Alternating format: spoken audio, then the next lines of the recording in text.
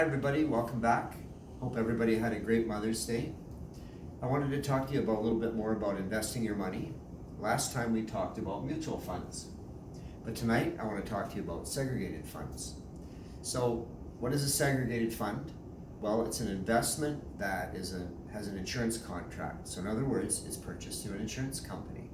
Now in some ways it's like a mutual fund in that it has investment diversification. Your money's invested in the markets, and it's diverse. So also it's handled by a professional money manager, just like mutual funds. So your money's in pretty good hands. But it does have some really interesting differences. So some of the things are segregated funds. They have a guaranteed option, so you can opt for guarantees. So your money is guaranteed. It could be 75 or 100% over a certain period of time. And also there's a guarantee if something happens to you. It's called a death benefit guarantee. Also, segregated funds, they bypass probate and associated fees at death. So as you know, when something happens, if you have money invested in a mutual fund, the money goes into your estate, and there's fees and things associated with that. But not so with the segregated fund. With the segregated fund, the money goes directly to your beneficiaries. You have to appoint a beneficiary.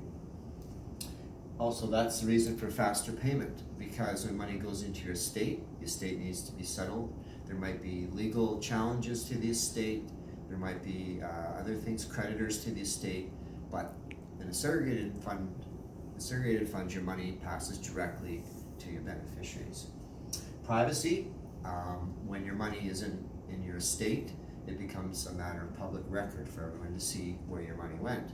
But in a segregated fund, it's private. It's always private and confidential where your money went. And creditor protected. While your money is in a segregated fund, because you've named a beneficiary, it has to be one in your immediate family, and then it is creditor protected in case of bankruptcy or legal lien.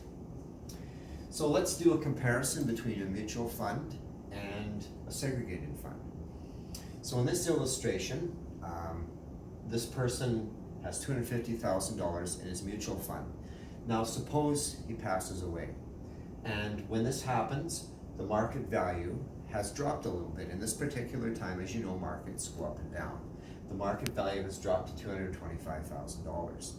Now in a segregated fund, although the market has dropped because of the death benefit guarantee, the insurance company tops it up to $25,000, and it still remains $250,000. Now, in the mutual funds, money goes into the estate, so there's several estate fees and taxes that are charged. Surrender fees, probate fees, legal fees, accounting fees, all these things come off of the estate.